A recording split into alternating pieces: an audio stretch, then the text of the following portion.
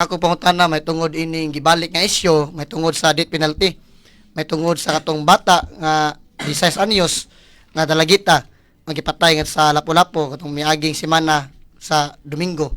Nga gibalik badsok ang isyu sa death penalty kay dunay niuyon badsok nga kauban po natong mga Katoliko, mga laiko nga uyon sila sa pagpatuman sa balaod nga death penalty. Pero kung ako pangutana badsok, ang simbahan badsok nagbabag man sa death penalty, pwede ba ning matuman badsok ang death penalty nga without kanang dili mo kanang simbahan badsok mobabag sa gobyerno nga balaod? Pali ko pati badsok kung ang simbahan unsay iyang balaod may tungod sa death penalty.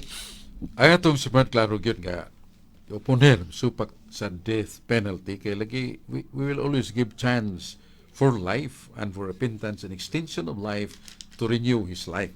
Mao na ang simbahan. Pero namoy nasuat pud sa Biblia nga si Kristo ningon sa San Mateo 22 versikulo 21, ihatag sa gobyerno ang iya sa gobyerno.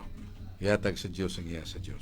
Manang gobyerno na malaod, na ay mga balaod niya sa Roma 13:1-3, misugo sa Ginoo tahuran ninyo ang namunuan o gobyerno kay kini pagbulutan sa Dios. Muna nga kita gyud mo hangup ta sa gisulti sa simbahan kay natukma na sa San Juan 10 versikulo 9 ug 10. I am life and I keep you life, not only life but an abundant life. Puta ko nga makabaton ka mo kinabuhing madagayaon kayo. Muna nga mao ni ang simbahan. Kinabuhi ng espirituhanon, kinabuhi sa panudlo sa Ebanghelyo, pero naa man sa gobyerno, nguban nga mga talamdon nga mga balaod sa gobyerno, doon na sa sila mga pangunahuna nga mayngon nato masupak sa simbahan, pero sagang ta sa atong gugalingon nga iya man ni sa Dios ang simbahan. So we render to God what is God's. Ya unsay naa sa gobyerno, inyo na. Kung nasupak na sa kinibalaod sa Ginoo ang maong pamalaod ninyo, then you have to stand four square with your right for that.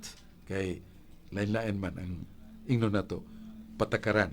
Pero usara gyud unta ang patakaran sa katilingban nga mao ang katuyuan sa Dios, ang balaod sa Dios. Balik ta ni Brad Jim.